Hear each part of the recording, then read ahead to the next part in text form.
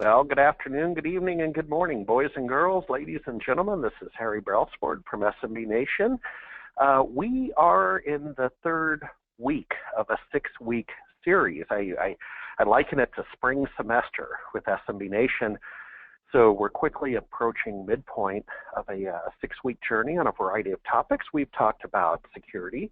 We have talked about today we're going to talk about moneymakers. We've talked about Azure. So it's a multidisciplinary curriculum, and we've enjoyed a good response. So thank you for participating with us. A little bit of housekeeping up front. Be sure to use the Q&A feature to ask your questions. I'll be sure to present those to our guest, Karl Palachuk, as we go. I'm coming to you live from the Colorado Convention Center in Denver, Colorado. We're on day 2 of DattoCon, the Data, the CDR company, and it's their annual conference. I would say it's the honest 1,000 attendees, MSPs, about 50 vendors.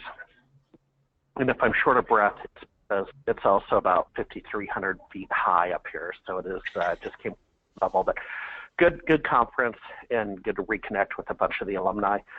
There's going to be a chance to visit with us. Well, if you're in Denver, certainly raise your hand. But we have the WPC Inspire conference coming up. We're holding a beer summit on July 9th. We'll be getting out more information on that. So that's Sunday, July 9th, and one of our beer summits for Inspire WPC. You'll also have a chance to Austin at ChannelCon with CompTIA, and then a slew of events coming in the fall, as well as 3 more lectures on Wednesdays next week, the week after, and the week after. That's about enough housekeeping. Let me get over here to my laptop. I am coming to you live from the Convention Center, and I'm on a new phone, by the way. I retired the Nokia Windows phone, and I'm on a Moto Z from Lenovo with Android. Okay, the poll results. The question was, how do you want to make $1 million? And the results were 20%, roughly 19% coming in nickels, and 81% coming in $100 bills. Now we're talking. I heard a little factoid, Karl, before I introduce you. I heard a little factoid the other day on, I think it's public radio. I was playing around with the radio feature on my new phone about how they retired the $500 bill because of debit cards and electronic transactions. A $500 bill is no longer relevant. Wow. So with that with that said, Karl, why don't introduce yourself, sir, and then give us the context of the polling question you asked, and then as always, let's jump right into it, and I'm going to interrupt you along the way. Welcome, okay. Karl.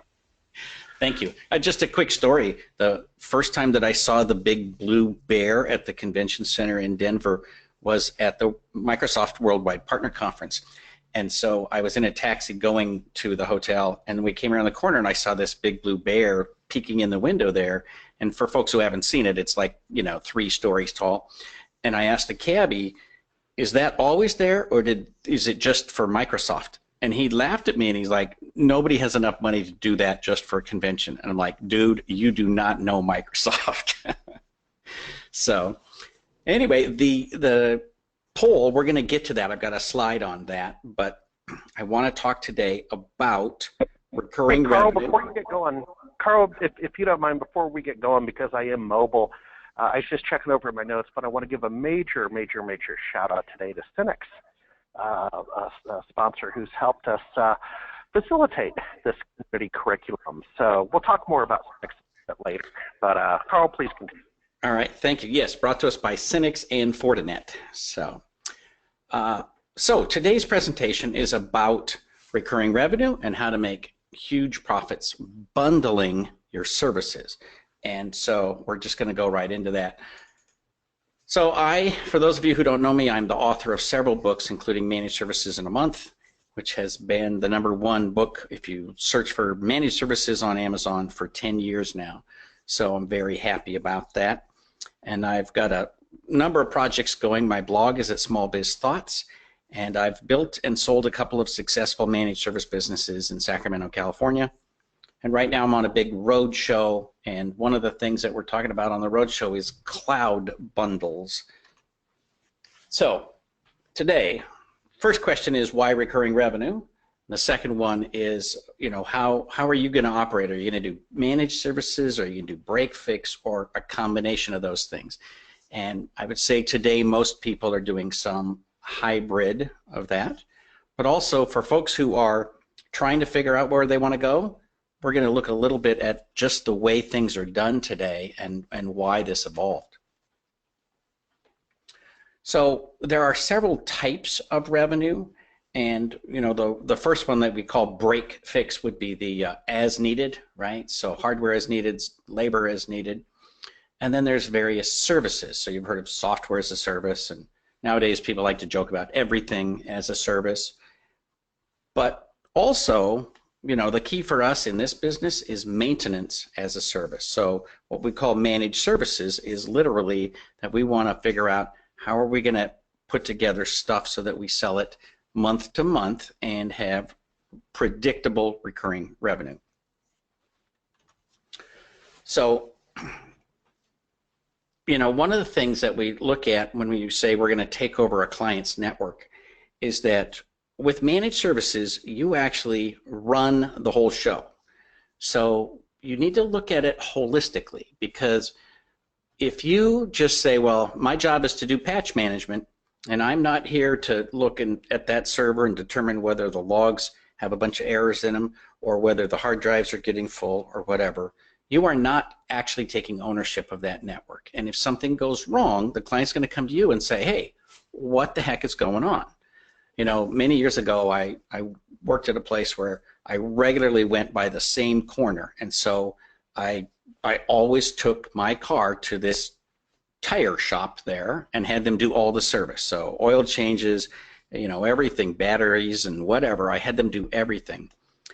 And one time after I had some tires that were maybe a year and a half old, and they said, yeah, you need new tires. And I said, how is that possible? And they said, well, these obviously have never been rotated. And I'm like, wait a minute, you're a tire store, and I have not had anyone ever work on this car except you, since you sold me those tires. And you're telling me in all the times I've been here, you've never rotated them? I literally expect that to be part of the service. The same thing is true with your customers. If you charge for managed services, they expect you to take care of everything, and you need to make sure that you do it. So that means you can't just sell all this stuff one-off and say, well, you didn't pay me to check the logs, right? You can't have a list that says, what do you want me to do? And just give your clients your entire monthly maintenance checklist. Yeah, check the backup, but yeah, don't check the logs, don't check the disk space, don't check how much processor is being used, right? They wouldn't even know what to check or uncheck or what's important. That's your job. So you need to do everything and take total ownership of that. So then the question becomes, why would you sell anything separately, right? When we move into the world of recurring revenue, part of what we want to do is become invisible. Think about your Netflix bill. It's $9.99 a month or whatever, and as long as they make sure you never think about it, it just keeps dinging your credit card every month. As soon as you think about, I don't know if I'm really using that or watching it as much as I used to, then you may decide that you want to stop paying. So you want to be invisible. You want their system to just work. So let's look at how you do that. In Sacramento, we have this chain called Quick Quack Car Wash, and they're basically car wash as a service. You pay one flat fee, and you can drive through. They have like 20 car washes. You can drive through any Quick Quack car wash anywhere in town for no additional charge. And it's it's kind of a mid-range hand wash, car wash thing. But you could literally go through the car wash every single day if you decided that that's what you wanted to do, right? So that's the quote unquote all you can eat, and I hate that phrase, but include whatever you can in the bundle. So there's lots of ways that we make recurring revenue. We sell BDRs, we sell disaster recovery, spam filtering, antivirus, right? All of these things, and I encourage you to do all of those things and also look at all the other stuff that's emerging here in the 21st century as we look at, if it's delivered by TCP/IP, we can master it. whether that's signage or business machines or telephones, right? We own the core technology, TCP/IP. We own the knowledge that everybody else is beginning to adopt in their business. So even lighting fixtures are now operating over IPv6 and some other protocols on that network.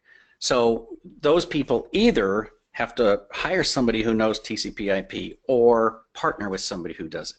So your opportunities in the world are expanding, and more often than not, they are recurring revenue opportunities. So here's the thing. You can sell every one of those things separately, and I'm going to sort of make the argument in this presentation of why you should never do that, why you should bundle as much as you can. So with the poll, it was about 20% would want to make $1 million a nickel at a time, and the other 80% would want to make it with $100 bills. I actually posted this question on Facebook, and somebody mentioned that in the UK, paying with massive amounts of coins actually makes it not legal tender.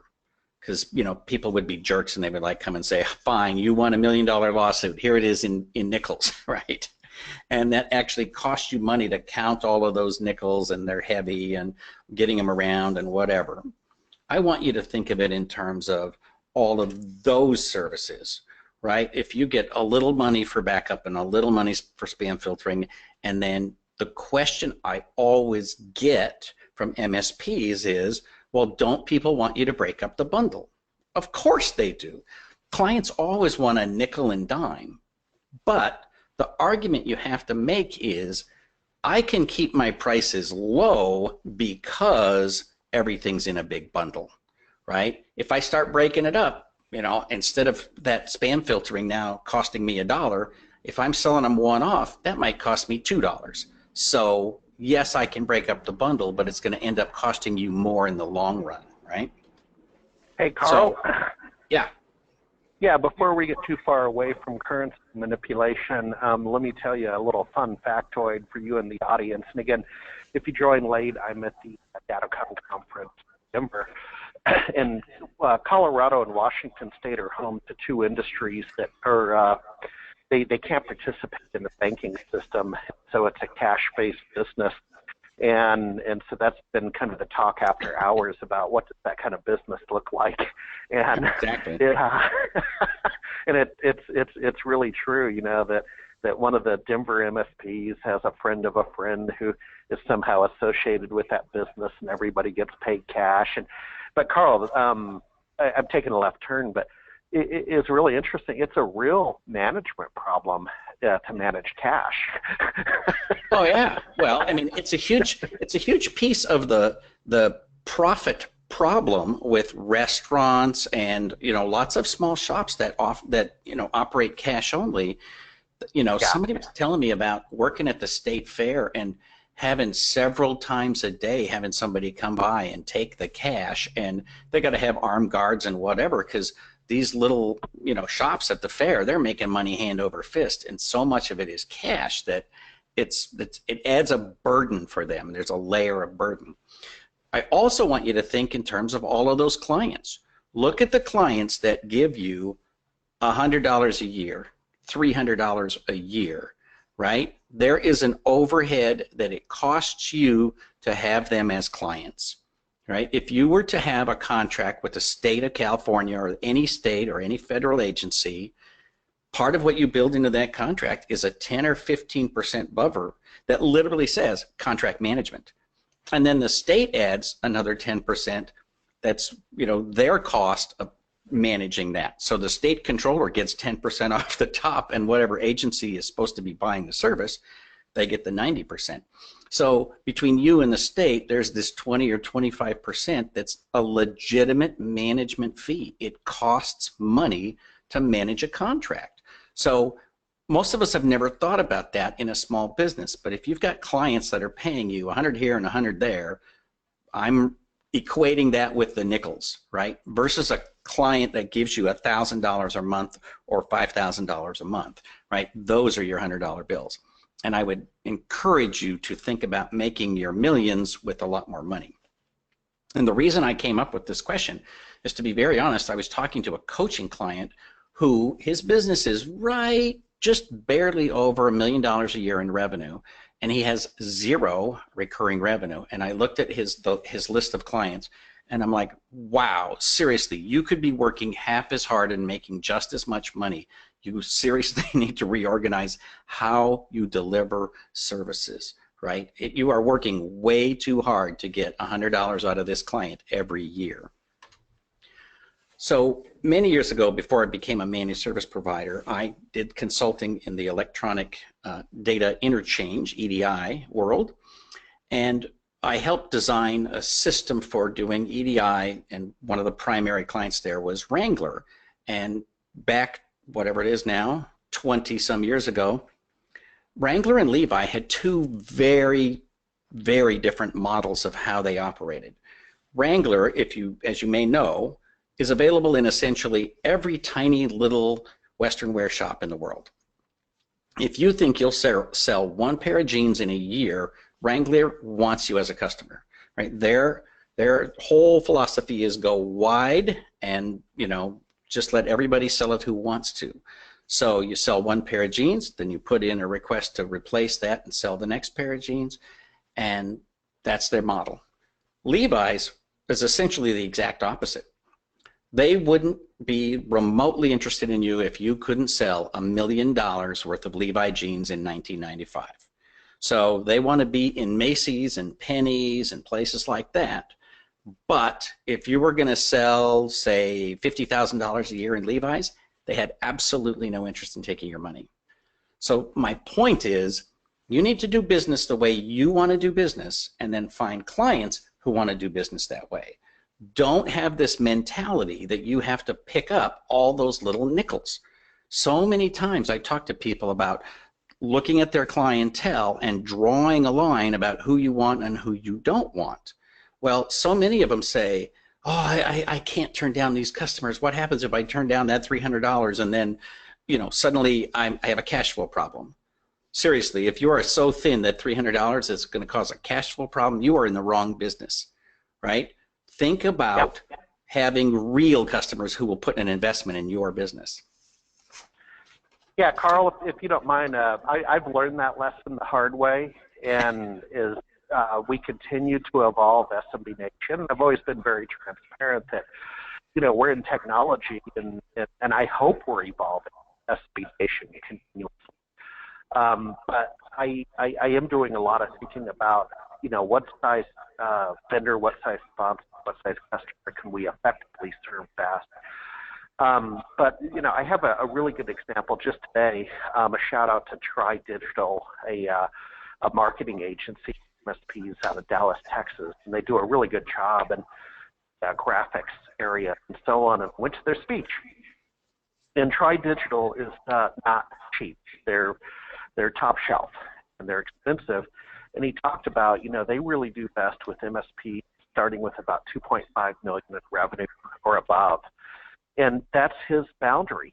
Well, not boundary, but that's you know what I'm trying to say, Carl. Right. That he would rather have fewer great clients he could do a great job for, and maybe have to pass on the smaller clients just because he knows. Right. And he's profitable, by the way. Well, exactly. And, as we evolved, we went to having a minimum of 5 users and then a minimum of 10 users. And then we kind of settled in that basically however many users they have, if somebody could bring us $1,000 a month, they were worth our time. And if they couldn't, I'm sorry. There's plenty of other people who will help you. But in my opinion, I almost felt bad giving away tiny clients to other IT providers because I thought, that I was holding them back. Like, here is this, smoking bag of garbage. Here, I want you to have that. I wasn't doing them a favor.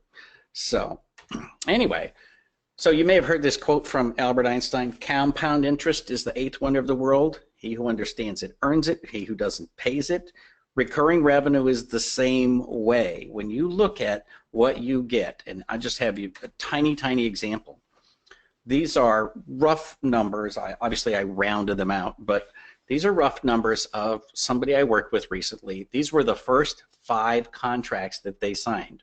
One was just monitoring only, literally $25 a month. And they then were selling labor on top of that, but you know, $300 a year, it doesn't go very far, right? And then they had a 100, a 300, a 900. Then they got this $1,500 client, and this was in fairly short order. And they looked and said, "Wow, I've got almost enough here to pay for the rent and the electricity for my office in 5 clients." And literally the light bulb came on. I've got 30 clients that I could do this with. And so suddenly they are like hot to say, well, I don't really need those $25 a month clients, right? I'm going to stop offering that. And he literally switched his offering so he no longer has that monitoring only option, right? So think about this, look at your clients, evaluate what they're paying you for the, you know, on demand or break fix model, and figure out, like, okay, how do I move to those bigger paychecks? And you know, sometimes it's hard to do, but you know, we've all got clients that have got, you know, 40, 50, sometimes 100 users, right? And maybe you only got one that's above that range. But think about that client on a monthly recurring basis instead of this catch as catch can. Especially if they've been doing business with you for a while, there's actually a track record. You can tell them this is what you paid, you know, up and down, up and down, up and down, and this is what you can expect going forward. The other thing is, I seriously want you to look at cash flow, and we chatted about this a tiny bit, but you know, I like to say revenue is the food of your business, but cash is the oxygen. You can go for a long time without the food. You can borrow money, you can put off making payments, you can be strategic about this and that. But when the cash stops, you are in trouble. And one of the things that happens with recurring revenue is that you first start by saying, all right, so you're going to pay this, whatever it is, $1,000 a month, and you're going to pay it on the first day of the month. So now you've collected your money up front. And what happens then is that, you know, you switch it from being a negative cash flow to a positive cash flow. The reason you get into a negative cash flow, and the reason I point out these pages of a book, is that it's a very concrete step-by-step example. But basically, let's say that you do work for somebody and you send them a bill for whatever, $500, and then you've given them 30 days. So of course that means they're going to pay in 45. So what happens in 45 days? You've paid your employees at least twice, maybe 3 times. You've paid the rent at least once. You've paid all of the bills, electricity, and everything else. And finally, you get the money. So how did you pay your rent and your employees and so forth? Well, for too many people on this call, and there's about 90 people right now on this call, there's too many people that they paid that rent by putting a little money on their credit card. Okay? And then they get paid by the client, and that payment for the credit card has basically become part of, you know, their cost, right? So they then spent money on other things, and now they've gone just a tiny bit in debt.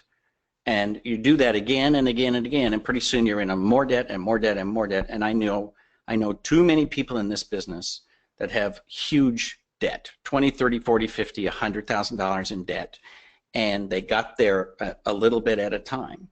Switch that around.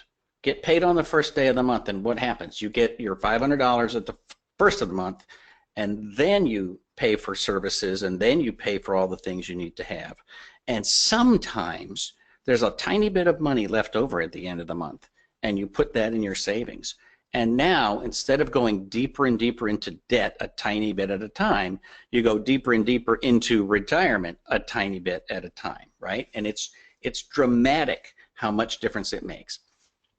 The best news is when you sign people up for managed services, some of them are going to pay a setup fee, so that's good. The rest of them are just going to pay next month's service in advance. So you get last month's service, and then you get next month's service, and so there's kind of this huge inflow of cash that you have to be good at managing so that you don't spend it all. But basically you've flipped that switch over to getting paid in advance, and it's huge. This is one of the most important things you can do for your business, is figure out how to do recurring revenue, and the second thing is to get paid in advance.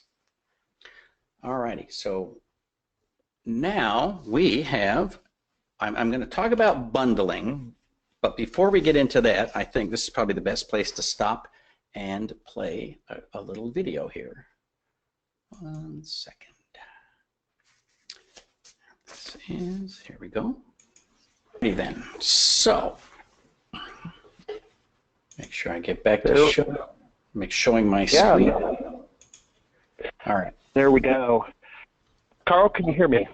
Yes. Okay, great. And folks, we actually had that play both over the computer speaker, and then Karl had his mic on for telephone listeners.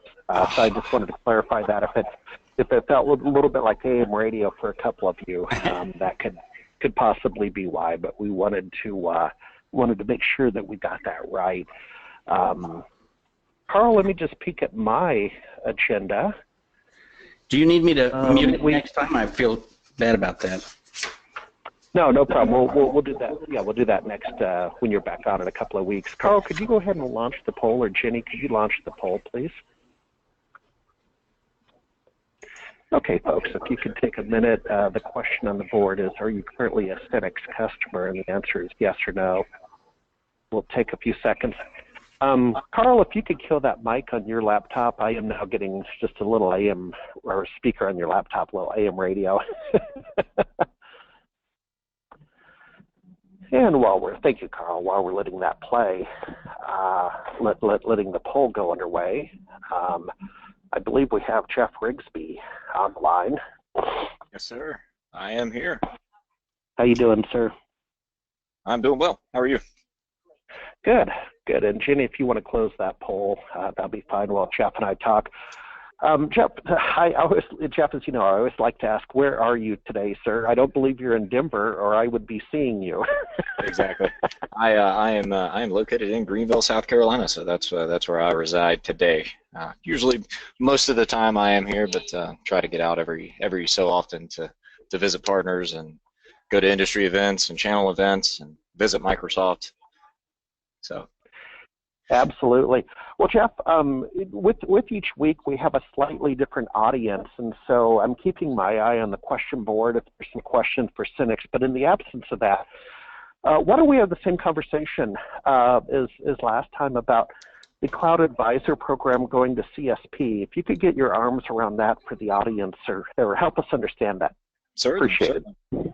So if anybody on the line is a Office 365 reseller or an Azure reseller, and you've been selling Office 365 for some time, there's a good chance that you were going through the advisor model and your customers were paying Microsoft directly, and then Microsoft was giving you a back-end reseller advisor fee for any of those customers that you had signed up directly with Microsoft. Well, starting in July, those advisor fees are going away. So that means that any of your customers that are signed up and are purchasing directly from Microsoft and paying Microsoft directly, it means that you will no longer be getting those back-end fees from Microsoft. So about 3 years ago, Microsoft introduced the Cloud Solution Provider program. And after a year, it finally took off. For the past 2 years, Cinex has been an indirect CSP partner. Right now we're at about $3 million a month in channel revenue. So that means that our partners that we're working with are generating that much revenue by reselling Office 365 and Azure directly to their customers, realizing upfront margins and back-end rebates from Microsoft. So the advisor program, since it's going away, Microsoft is pushing all of the partners and their end users over to the CSP program. So we're here to help the partners make that transition and make it easy and affordable for their customers to do the same. We don't work directly with the end users. We only work with the partners. We do have a couple of different support model programs to fit the needs of the partners and the end users that we're working with. So if you're a partner and you want to provide support for your customers, we can do that. If you want us to support your customers for you, we can do that as well. So a couple of different options, and we do offer a lot of different things outside of Microsoft. But if you're interested in taking part in the CSP program or learning more about what Synex has to offer, you can reach out to us at Microsoft CSP or Microsoft Cloud at Synex.com. Super, appreciate that. And Jeff, maybe one question from me would be, and the only reason I ask this is I love you guys, but more importantly, that people are asking me the question as I travel around. And you've actually kind of, with some of the benefits Synex provides, you've actually kind of already answered it. But one of the topics of conversation is, what is the role of a distributor in this day and age? And it comes up at these conferences, and we talk about, well, distributors, they have financing, they have training, they have this, they have that. Give it your best shot. What is the role of Synex in a cloud world? Okay, in a cloud world, so Microsoft now refers to us as a solutions aggregator. So we no longer just push product. We're selling services. We're selling software. We're selling well, we don't sell the APIs, but we offer APIs, and we offer our development to allow our partners to just go out and sell.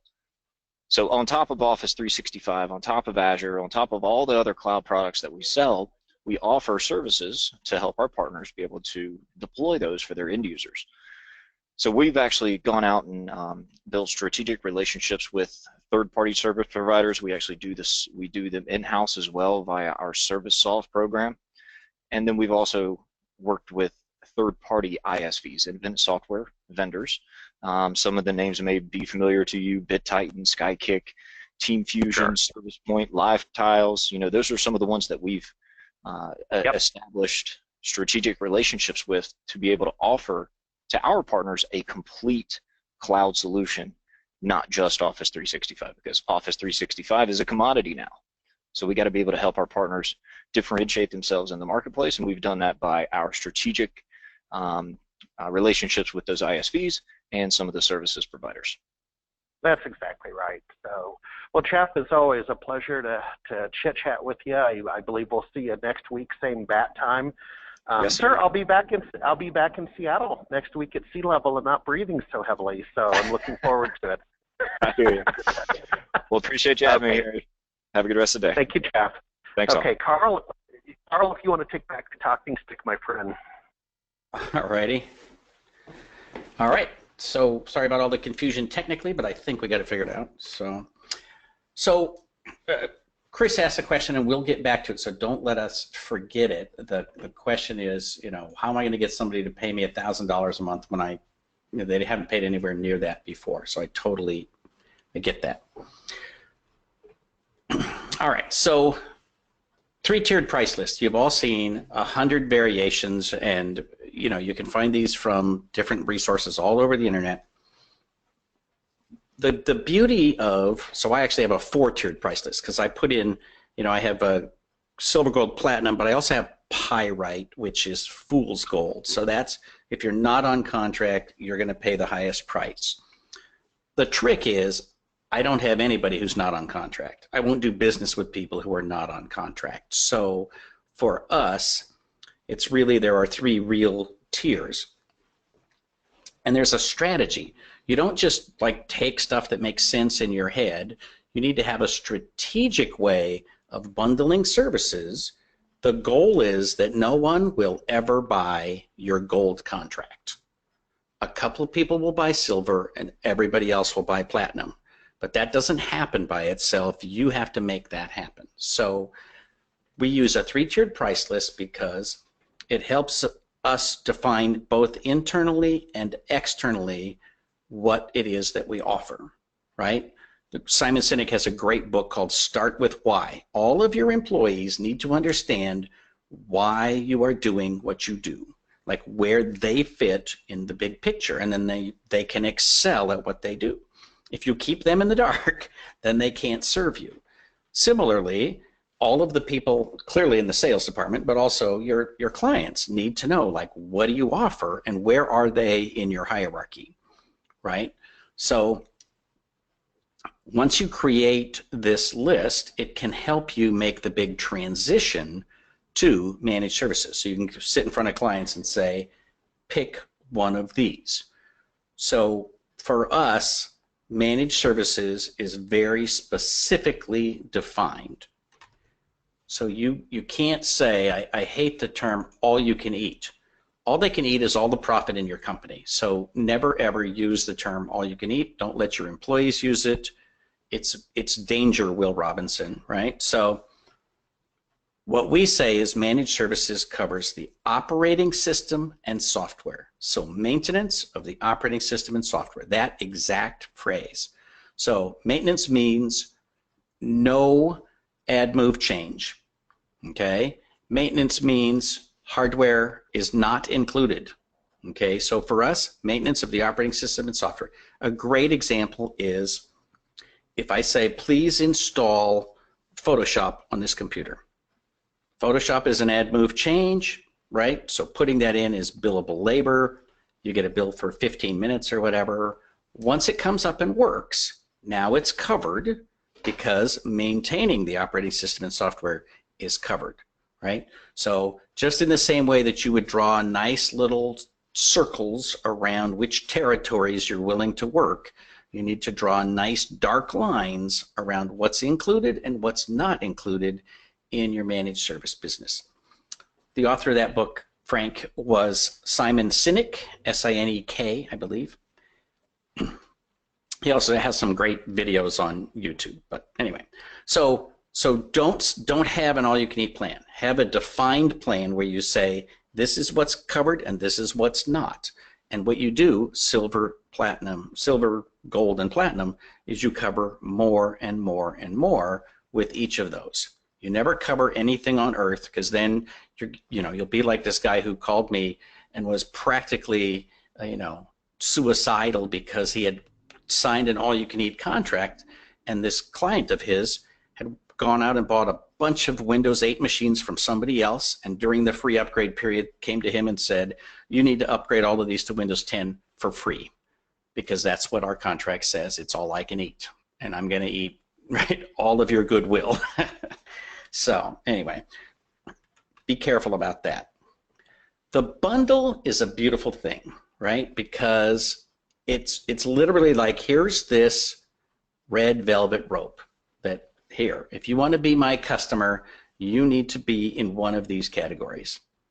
And so I guess getting back to Chris a little bit, if you've got a client that only paid you a couple $100s in a year, they're not really a client. They're a customer. It's just like you had a storefront and they walked in and then they walked out and you may never see them again. They don't think of you as their IT person. They don't count on you to maintain their systems. They don't expect you to be the person who solves all their problems. A person who has those expectations and has those needs is going to be signing a contract and having an ongoing deal. And if what you have is dozens and dozens of customers paying you $300 each, you literally have a limit on how big you can grow your company. And I'm sorry that you have to change customers, but you have a choice to make of either staying where you are and helping all of those $300 a year employees or clients, or moving up and finding clients who can give you recurring revenue. Because in the end, none of those clients is going to care whether or not you have enough money to retire on in 10, 20, 30, 40 years. They are interested in what they're going to get in the next 12 months. And that's just the hard, cold reality of business. So the beautiful thing about a 3-tiered price list is that you internally can talk to everybody in your company about how you organize the services that you give, and when you go out to a client, you can say, all right, here's the deal. I am going to have 3 different offerings. You need to pick one of these, and if you don't pick one of these, then you need to find somebody else to give you tech support, because I'm not going to do business with people who are not going to make some commitment to what I'm doing, right? We are right now at the beginning of summer. Guess what happens the first time the thermometer reaches 90 degrees? A whole bunch of air conditioners break. So my air conditioner breaks. I don't have a service contract. I call the air conditioner company, and what do they say to me? As soon as we take care of every single person on contract whose air conditioner broke this morning, we'll get back to you. And that looks like right now it's 3 weeks. So let me put you down for an appointment, right? That's the same way your business needs to be, right? You've got to have people who rely on you, that can count on you, and you can't walk away from clients on contract for people who are going to pay you $300 a year. That is, again, just hard, cold reality. There is a velvet rope that you need to put in place, and you need to serve people who are willing to put something into your business. It also allows you to let the client choose. And I've often heard people give the advice that, oh, you should only offer one offering, and it should be that take it or leave it, right? And by golly, if people want to do business with me, I'm only going to offer them the best. Well, I will bet you a large lunch at a drive-through window that if your only offering is the best, you're going to have a whole lot of people who say, I can't afford the best. I don't want the best, right? I don't need the best. I'm okay if my systems are down for an hour. So I'm happy with what I'm getting now. Everything that you're doing for me now is great. So I have no reason to switch to this program that is the best. Instead, with a 3-tiered offering, what you do is you say, here are your options. Please pick one of them. And then you have to design your offering so that they will choose for themselves to pick the best. So your platinum offering has to be the one that makes the most sense for them. There's some great research on this. This one guy put together a study that he'd done in his business class, where he had the students look at this offering that he'd seen. And it was from The Economist. There was an advertisement where they were advertising online subscription only, $59, and then print subscription for $125, and online plus print for $125. And he was like, why do you have that middle offering, right? What's going on with that? And so he had his graduate students pick from this selection. Here's The Economist, online, print, or both, and 16% picked the online. Nobody picked the print subscription, and then online plus print, right? It was 84%. So he's, well, that's interesting. So let's eliminate that middle offering, okay, and see what the results are. So he redid it all, and there he found that when the options are either online or online plus print, it's almost reversed, right? 68% choose the cheaper offering when there's only 2 options. And it's, you know, whether the middle offering is the same price or just a little less. So my gold, you know, in this example, my gold would be in the neighborhood of like 115, right? So it's almost the same as platinum, but I want to move them up to platinum.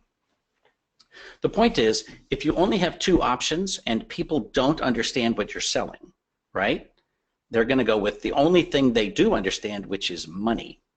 If your clients don't understand technology, they can't spell Active Directory, let alone PC, right? They don't know about DHCP and DNS and cloud services and BDR, right? They don't know any of that stuff. They then have to make a decision based on the only thing they do understand, which is the money side of the equation, right? So you need the 3 offerings, which means you got to come up with 3 different bundles. And strategically, you need to design these bundles so that the middle one, the gold one, gives you a lot, but it's almost the same price as the platinum one. So again, strategically, you want to design it so that they will go shopping, right? Nobody likes to be sold, but everybody likes to go shopping, right? So you want them to choose for themselves the platinum plan, okay? And if people have any questions, I'd be happy to answer them with regard to that. All righty. So here's an example. We built this thing called the Cloud 5-Pack. And so the Cloud 5-Pack, we put together this bundle that includes all kinds of stuff. And it literally comes from, in my managed service business in 2008, we sat down at the big whiteboard and we said, what are we going to put in this bundle and how much does it cost? Okay. And at first we were thinking, oh, well, if I take the price of spam filtering, antivirus, patch management, you know, click, click, click, click, click. We have all of these things in our bundle. What can we bundle that for so that it's one low price? And then we decided we're going to sell these in a pack of 5 licenses. So for 5 users, you get hosted email, you know, hosted exchange, you get 5 antivirus, 5 spam filtering, 250 gigs of storage, right? We put together a bundle, and it turns out our total cost of putting together that bundle is right in the neighborhood of 100, and even if you add 10%, say $110 a month for 5 users. Well, how many of your clients have exactly the number of users divisible by 5? Well, that's about 1/5, right? So almost all of your clients have an odd, you know, a different number of users, and so there will be some unused licenses. So if somebody has 33 users, well, they're going to have to buy 7 5-packs, right? So the price has to be low enough so that they can, you know, go ahead and sell themselves on that offer. And then, you know, you say, all right, well, let's add some managed services to that. So you put together the bundle and then you tweak it just a little bit. But that's the kind of thing where you put together a bundle of services and then you don't take it apart. You know, if people say, well, I don't need the antivirus because I have antivirus licenses, you can say, okay, yeah, that's true, but they're good through whatever, July of next year. And at that point, we're just going to switch you over to our system, and you know, you won't have any increase in expenses whatsoever. What actually is happening there is you're saving a little extra money by not having to pay for those licenses until they go into use, but you're able to supply those licenses. This also allows you, for example, to say, well, we're going to put the, you know, current version of Microsoft Office across everything, and that way you don't have somebody over here's got Office 2000 and here's somebody who's got, you know, 2007 and some 2012 and blah blah blah, right? You bring them all up to 2016 and it's included in the package and it's one price, and now they're super sticky because if they quit your managed service, if they quit your monthly maintenance, then they got to go buy those Office licenses again. Okay. So Larry asked in the previous screen, why would the middle package be the same price as the combination? I don't know. You got to ask the economist that. Actually, the professor who did this, when he asked them that, they took out the middle offering and just had the top and the bottom. So Carl asks, what do you say to clients who already have Microsoft Office installed on their PCs? Well, we've had this discussion many, many, many times. What I literally tell them is, look, you've been buying these offices either one of 2 ways. Some people bought open licenses, right? So you paid $500 and you do not want to upgrade because you paid $500 for Microsoft Office Pro Plus in 2002, and now you're running old, unsecure software and you refuse to upgrade, right? So we're going to put everybody on the newest thing. You also have 6 different versions running across all of your machines, and that causes problems for you. So we're going to have everybody on the same version. It's really a pretty easy argument to make. They've been trying to figure out how to upgrade and have everything consistent, but you know, you got 20 users and it costs you $400 or $500 each for Microsoft Office. That's a chunk of change, right? And you're saying for a flat monthly fee, you get all of that included, right? The other way that you buy Office would be it's OEM and it comes with the machine. So legally, when the machine dies, it dies. So then you go buy another machine and you have to upgrade that one and have Office on that. Again, you've got all of these different versions across all of your users. So we're going to make that consistent all the way across the board. So in terms of those who have Office 365, the beautiful thing is you want to be selling this, in my opinion, from somebody like AppRiver or Rackspace or Intermedia, where you can manage it very easily, and that way the client never has that Office 365 interface. They don't get to take their licenses and give them to another reseller or whatever. This is all through you. So that's a strategic thing. And Carl says, oh, SureWeb in Canada, or Cynics, obviously. So yeah, I was gonna say, don't forget our good community friend Cynics. Carl, Carl, I'll give you a lifeline on that. What Carl is alluding to, I'll translate back, is that there's a lot of choices, and there's a lot of wise choices to make, and as always, you really want to survey the entire ecosystem, make the best decision for you. We're putting Cynics out there is one of the options today, so please give them your consideration. But Carl, you and I have talked that all business has to be earned, right? It's got to make sense. Hey, Carl, just a heads up, but we're coming up on the top of the hour. So if you want to start to transition to some of the tasks we have at the top of the hour, appreciate it, and we'll go from there. All righty. So I went to the Cynics Cloud Show in, I think it was Long Beach, a month or so ago, and it was, I have to say, it was pretty exciting to look at the portal that they've got and all of that. So, but the beautiful thing is that literally you go online there and you go click, click, click, and you add these users and you turn that one from Office Standard to Office Pro, Office Pro Plus, right? And the clients are never tempted to, Microsoft has this ridiculous offer, oh, it's $5 a month. Well, but that doesn't include a stable environment, right? So you're only going to sell the Pro or the Pro Plus version where they get to install the software on their systems. So with all that being said, we're going to play the other video, and there we go. There we go. Perfect. Thank you so much. And we'll bring up the poll, then we're going to bring on the real Joe. Stand by, Joe.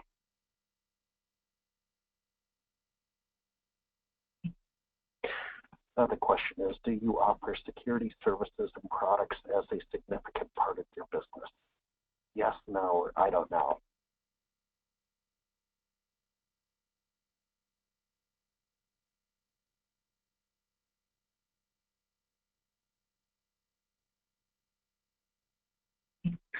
Okay, Jenny. My tummy tells me that might be enough time for the audience. Joe, are you there? Do we have the real Joe?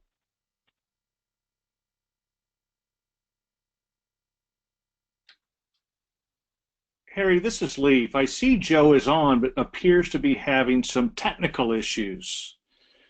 So I'm going to do a quick voiceover until we hear Joe go live. Okay, darn it, I was looking for the real Joe. I know. So yeah, this is Leaf Capsule. I lead the North America channel segment for Fortinet.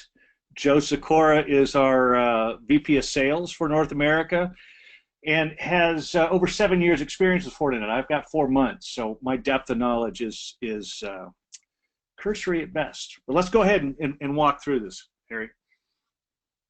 Yeah, Jenny, if you could bring those results back up. Or Jenny, could you just recite the results? Forgive me, I was working off screen. If you get a chance. So, Leaf, while we're doing that, what I want to do is a conversation you and I have had, and maybe if you wouldn't mind repeating it, is with Fortinet, a lot of people don't know how large and established Fortinet is. Maybe if you want to talk about that, because you surprised me. You've earned your reputation quietly, humbly, but maybe at the expense of some people not realizing that you guys are a fairly significant ISV. We are, and actually I see, Joe, are you on now? Yes, I am. Sorry about that, guys. I'm going to turn it over to the man that made it happen, Joe Sikora. Oh, wow. The real Joe. I'm playing that up as a Twitter handle, Joe. I'm funning you here, okay? There you go. There you go. All right, Harry, how are you today? Yeah, good. Good. Yeah. So as far as the on the Fortinet side, yeah, actually a lot of people are a little bit surprised at how large that we've actually become. To be honest with you, we have a little over 3 million firewalls, either virtual or physical, deployed at this point. Which, if you look at the entire market today, we're basically 25%. So 1 in every 4 security devices globally are a Fortinet box. So yeah, seems like overnight we've become a sensation, but honestly we've been working on it for 17 years. Well, it helps to be an expanding sector of the economy, or not have to swim against the current. And so not only good on you, but if you look at the polling results, good on 83% of the audience has security love, and that's boy howdy, it's fun to be loved. It's fun to be in a sector that's expanding. It's fun to be where you're needed, because let me tell you, Joe, the opposite's not a lot of fun. Yeah, do you want to comment on that? Absolutely. Yeah, do you want to comment on that? Does that number surprise you, or is that what you would expect? No, that's what I'd expect. As far as I think all of us on the call here today realize that security is probably one of the fastest growing segments out there with any of our clients.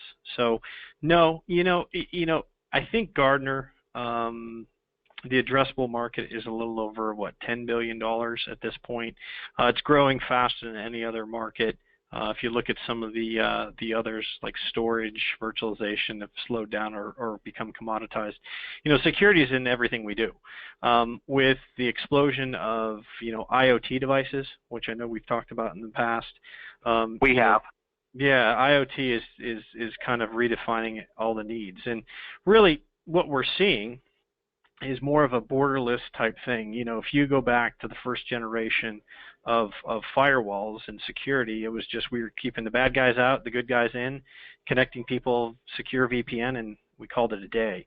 Second generation came out when actually Fortinet was born, which really combined more of a next generation or UTM type functionality, adding features to your firewall. And then really here, we've actually redefined the market again and introduced our third generation, which is our security fabric, which is, think of it as a third generation platform, security device, call it what you want. That's kind of where we are in the market, and we don't see the market slowing down. So no, this poll is right aligned with what we're seeing with all of our partners and in the marketplace itself. Well, Joe, I want to thank you for stopping by again. Folks, if you were on the first lecture, we Fortinet wrote that, and we had, Joe, I love TCAT. I mean, he is the real deal. Now, that said, we'd like to keep him out. And what's that area in New Mexico where they think UFOs exist? That Area 51. Absolutely. As you can tell, folks, we keep TCAT out in New Mexico in a trailer in Area 51, but rest assured, he is the real deal, okay? So with that said, thank you, Joe. Karl, if you want to go ahead and we got about 25 some odd minutes left. Let's give it your best shot, and we'll answer some questions. Alrighty, so I'm going to try to finish up here and then leave room for questions. I would like to encourage everybody also to think about what constitutes a vertical. And I've had so many people say, oh, small business. I'm sorry, but if you look at the lines there, 1 person, 2 desktops, 11 desktops, 50 desktops, those are horizontal, right? Verticals are an industry you can get into, right? Imagine selling something where you say, I know accountants so well that when I go in to do a sale, I say, are you using this software or that software, right? If you're using Max for tax returns, well, then, we can make sure that you get the right resources for that, right? I've got a good friend of the community, Mark Rouleau. He's got a vertical in car dealerships. He's so good, he talks to them when they're building a new building, when they've got a budget, when he does a walkthrough of a concrete shell and says, I need 2 line drops there and 1 there and 1 there, and we're going to put a conference table here, and I want 3 network connections there. He sells the technology at the most fundamental level. I know people who go to the Dental Integrators Association. They literally help dentists set up their offices when they're just planning. The earlier you can get into these people, the more you can sell them, because you become the expert. Oh, you bought that chair, then you're going to need 2 of these, right? So think about that. And so many people are reluctant to grab a vertical because they think they're going to lose business. When you are the only person selling in a particular market, you might have a small pond, but you are the big fish in that pond. And you're not limited to one vertical. we did when I had my first MSP. We had a lot of accountants, we had a lot of nonprofits, and we had a little bit of healthcare, but we had really big healthcare clients. So those three sort of divided up about 90% of our revenue, right? So pick somebody you can specialize in and learn their industry. Hey, Carl. Yeah. I can add value here. So here in Denver at DataCon, I've been spending time with one of my favorite MSPs, Joe Axney. And I believe you know Joe, and he has niched on veterinarians. And so, and we probably talked for an hour. It's been a while since I saw him, and I started off with, how are the dogs and cats doing? He's done very well with the veterinarian niche. And then he said, well, you know, I have a second niche. And I said, okay, what's your second niche? And he said, breweries. So now he does veterinarians and breweries. So nice. I said, you know, I said, that's pretty cool, man. You got them coming and going, man. I mean, all you have to do is have coffee shops, and you got morning, day, and evening covered now, man. Exactly. So do you know Bob Farkas? I know him, yeah. What's the story? So his vertical, he always jokes that his vertical is a horizontal. He specializes in funeral homes. So he was heavily invested in fact, I think he owned a company that made the software for managing funeral homes, and now he sold that company. And so his managed service business is managing clients, and nobody knows that software better than he does. So boy, all he has to do is add taxes as the second vertical, exactly. And we got taxes, man. Okay, please continue. All right. So remember, you know, when you look at things like this guy getting beat up and dragged off the United Airlines flight, branding is not your logo. Branding is not the name on your stationery or your website. Your branding is absolutely everything you do, right? So the way that you run your company, the way that you sell your services, the way you put it all together, that's your brand, right? And so when you look at your business, starting from the inside and moving out, one of the advantages of bundling things is that you become the person who solves all the problems, right? And so this is that book that I mentioned earlier, and I get nothing for recommending this book, right? So, but just think about the way you do everything in your business and how it fits together, and think of your business as a whole instead of pieces. And you didn't know you're going to get homework today, but here's your homework. Figure out exactly what you want to sell. Start creating that three-tiered list. Define who you want to sell it to, right? That's the combination. So, and you know, I know that it sounds whatever arrogant of me to tell you to get rid of clients, but believe me, you are losing money with your smallest clients, and you need to just come to the realization that that's what's going on there. So figure out who you want to sell to, build a list specifically for those audiences, sign them up, get a contract, and start creating that recurring revenue. And remember, nothing happens by itself. You're not going to wake up on Monday and everybody paid you in advance and you got $70,000 in monthly recurring revenue and you're reselling licenses, you know, like crazy. It's not going to happen. You have to go make that happen. So figure out what's the first step that you need to take. Well, Carl, if I can add value here, here would be what I would add to that is that we're all in businesses that are being disrupted. I mean, media, retail, IT, you know, every single business. And part of that, that this doesn't happen on its own, can also be viewed as that the people that served you so well in business model A, great people, and I've had this talk with some really good customers, and they've had to make some hard choices.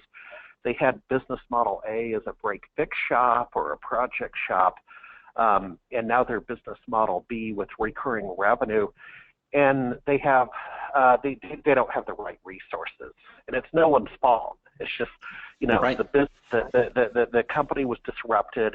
And does that make sense? I mean, I'm trying to be politically correct here.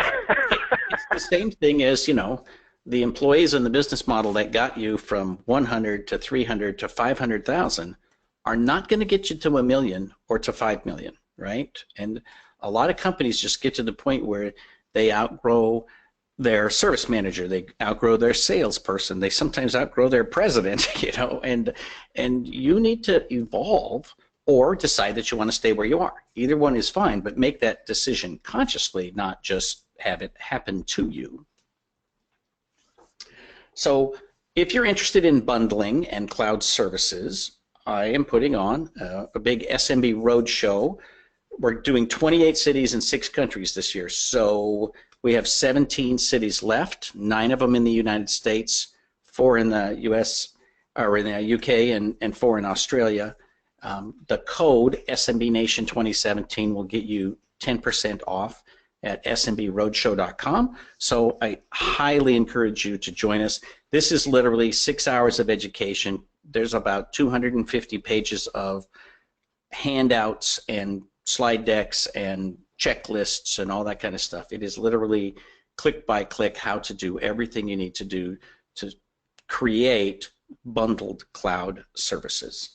So with that, I will be very happy to look at some of the questions that we have.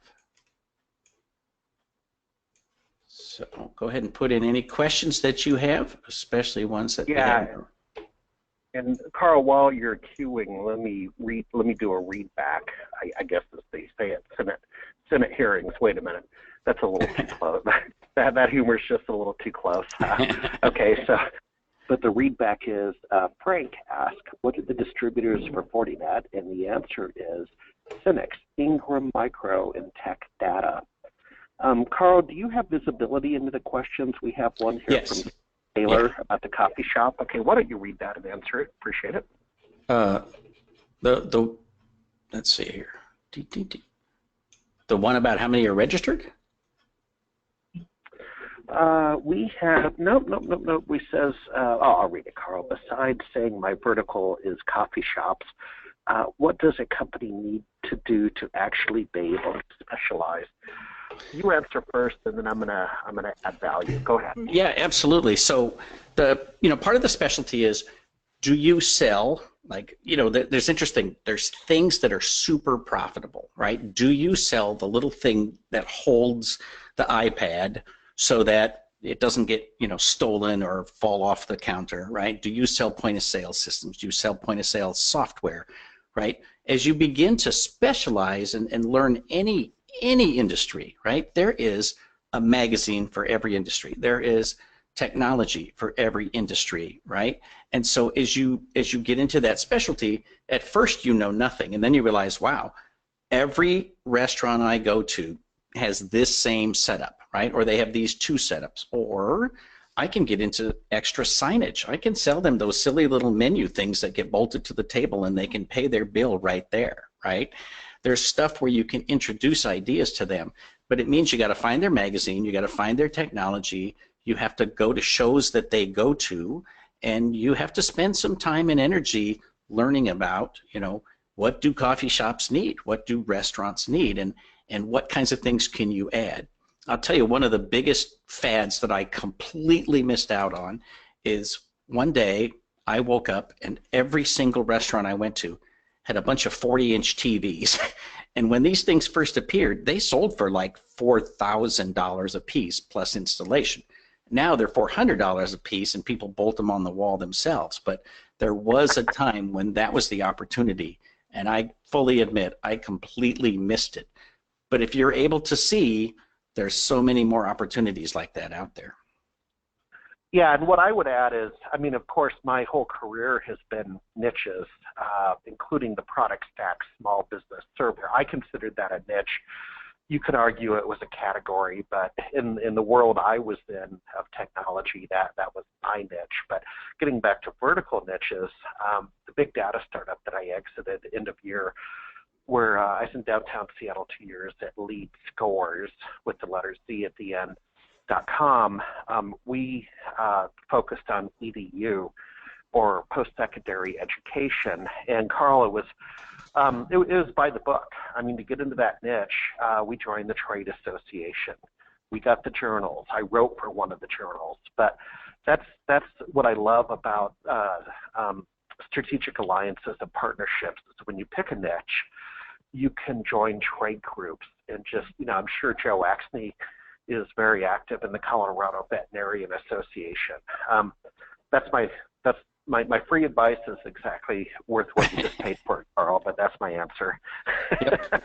Yeah, and it's true. I mean, so, the interesting thing is that, and Greg asks a similar question, when you decide that you want to go into a niche, find out, like, literally, what do these people look like? What do they talk like? Where do they go?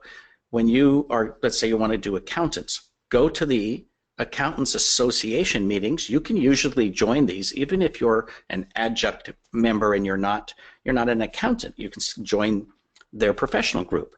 You can go to their trade shows. You can write for their magazines, right? So, and what happens is the key thing is you learn their language. I talked about, like, my friend Brian. He focuses on dentists, right? He's got 50 employees in his managed service business, and he's got 500 contracts with dentists, right? Believe me, he knows how to talk dental. If I go in there, they're going to know in 1 minute that I don't specialize in dentists, and they're going to know in 40 seconds he does specialize in dentists, and that's huge. And it doesn't happen overnight, so you have to put some effort into it. So Don asked Donald, go ahead. No, go ahead. Yeah, I saw our friend Don, longtime SMB Nation member, has a question.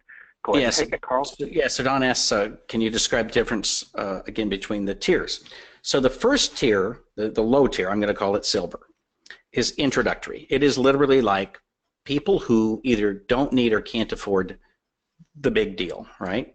So, for example, for us, silver back in the day when we were doing device pricing, silver was for servers only. So I'll monitor the servers, and that means, the kind of the core of my business when I started was monitoring, patching, fixing, updating, and doing monthly maintenance on servers. And desktops were sort of by the hour as needed, right? So silver was servers. And then again, in my pricing model, gold, which made logical sense, was to cover servers and workstations. Okay, so the reason nobody bought it is because strategically platinum covered servers, workstations, the network, patch management across everything, monitoring your firewall, your router switches, internet connections, right, vendor management, right? You got so much more that the price difference between gold and platinum was, I think, about $15 a desktop. So let's say you had 20 users, right? So that means for an extra $300 a month, you cover absolutely everything, right? So that strategically, the lower level, the entry level, is covering very specific things, but there's a ton of stuff that's not covered. And then the middle one covers almost everything, but the big one covers absolutely everything for just a little bit more than the price of gold. So that's the strategy, and you have to kind of work with it and play with it.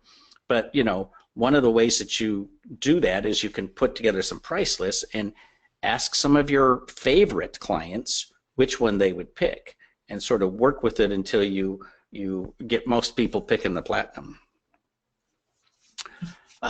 James says, what software? Go ahead. Yep, James. No, there's James.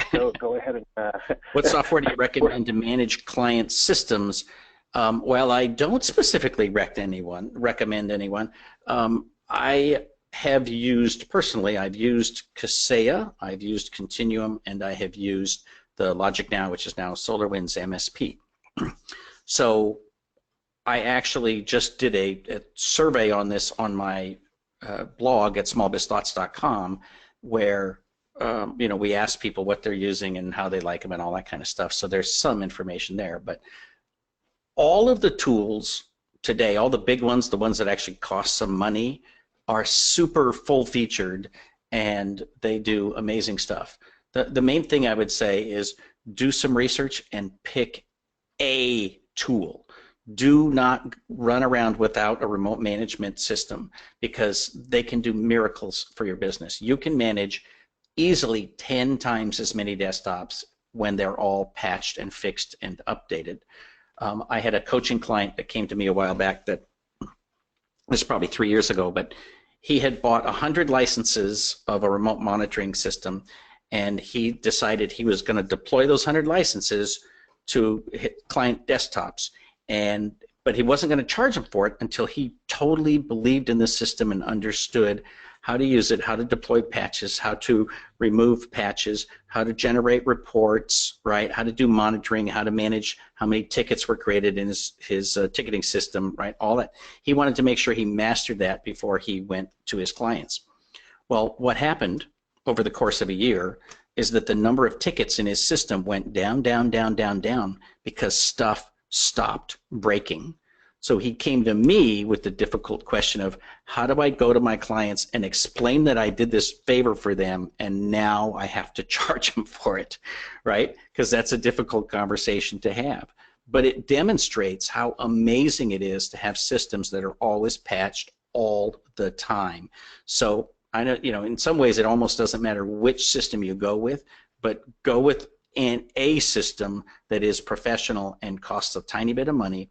Usually you start out with the low volume at around $1.50 a desktop. So absolutely worth the money, because it will save you so much time. But don't deploy this for free. Don't ever deploy that without making it part of a bundle.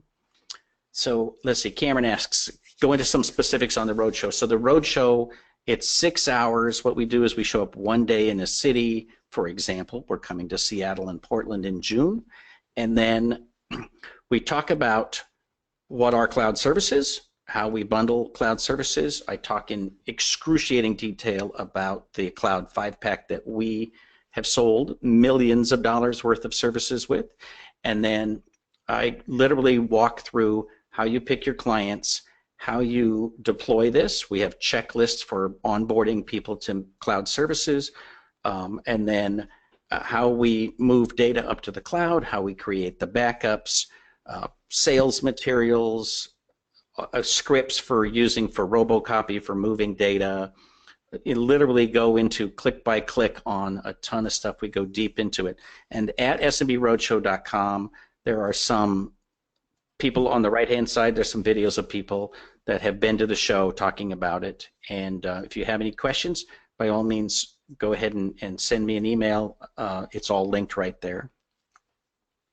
There we go. And Carl, I'll field that last question up there from Jerry. So, Jerry, if you want to Google SMB Nation, maybe my name and Atira, you'll see a piece I did on the Atira solution. It's on our site, but quite frankly, just plop it into Google and it'll search it faster. It'll search it faster than our Joomla instance. Carl, we're at the bottom of the hour, so I guess I'm going to be that one person that raises that. I'm going to raise my hand and say, not only thank you for participating in the third of 6 academic lectures. I believe we're going to get you back one more time in a couple of weeks. We'll see you in Seattle. And but thank you for your time and adding true content, true value. And then also, it struck me that with our 2 sponsors, it's kind of better together, because you have Fortinet with their security prowess, and then it's carried by Synnex. So how about that, Carl? We kind of got a better together thing going on here. Exactly. and Synnex has the ability to create these bundles, right? I mean, literally, that you go to their cloud portal and it's all about, give me 2 of these and 3 of those, and away we go. So thanks for having me, Harry. I really appreciate the opportunity. You betcha. So, folks, thanks again for attending. We'll see you back here, same bat time channel next Wednesday as we go to lecture number 4. Jenny, thanks for all your help today in the control room. Have a great day and a great weekend. Goodbye.